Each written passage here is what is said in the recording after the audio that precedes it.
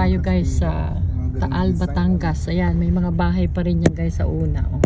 Yung mga kapis, ano, yan oh. Yeah. Yung iba kasi na renovate, yan mga bahay ng Kastila. Oh, andyan pa rin guys. So, ayan oh. Pakita ko sa inyo. Basta manood lang kayo, okay? Thanks for watching guys. Yeah. Makikita ninyo ang mga dito pala sa Taal, Batangas, meron na ring Jollibee na. Pero alam mo, dati wala dito, bawal yon. Gusto nila kasing ikip talaga yung ano. Anong tawag yun? Pagka-heritage. Oo, yung pagka-heritage ng Taal, Batangas. Yeah, pero parang, yung ginawa nilang Jollibee, ginawa rin nilang parang kapis style.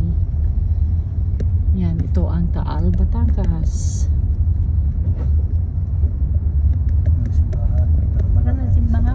Saan yung simbahan? Ito yung simbahan ng Taal oh. Yung guys ah, pupunta kami dyan, isimba kami. Yan oh, Taal, Batangas. Yan simbahan ng Taal. Okay, thanks for watching.